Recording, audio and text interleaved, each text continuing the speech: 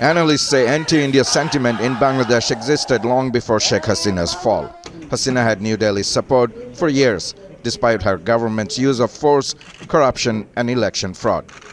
After her removal by student protest earlier this year, rioters targeted supporters of her Awami party and in some cases Hindus. In the early days of August, there were numerous attacks on homes, temples and Hindus, including women, which occurred in various areas.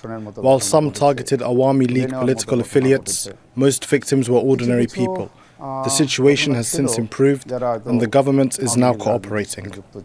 Many here blame some media and social media in India for spreading fake news and fueling tensions.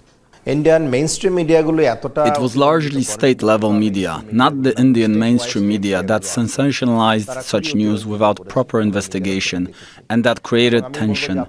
Similarly, our media spread unverified reports, especially regarding ISKCON.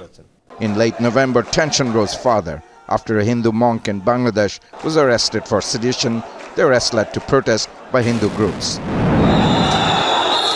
A Muslim lawyer was killed in the city of Chowdhury during the unrest that followed. A week later, protesters attacked a Bangladeshi consulate in India's Tripura state. This sparked an anti-India protest across Bangladesh. The events of August the 5th and beyond were mainly political. Homes of both Hindus and Muslims linked to the Awami League were attacked. Although tensions eased, a political faction tried to incite unrest recently. Thankfully, the situation is now stable. Hindus make up nearly 10% of Bangladesh's total population.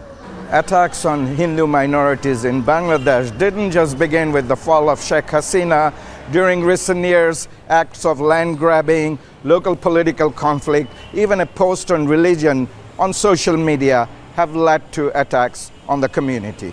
The Chief Advisor's Office has reported 138 incidents of violence against minorities this year. Most occurred in early August and were largely political. During a recent visit to Dhaka, the Indian Foreign Secretary and Bangladeshi officials promised to ease tensions and improve relations. India desires a positive, constructive and mutually beneficial relationship with Bangladesh.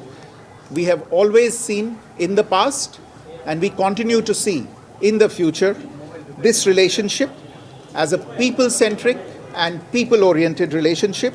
Some analysts accuse former Prime Minister Hasina facing charges of corruption and murder here is running a misinformation campaign from exile. Where relations grow from here may depend on India's willingness to extradite her.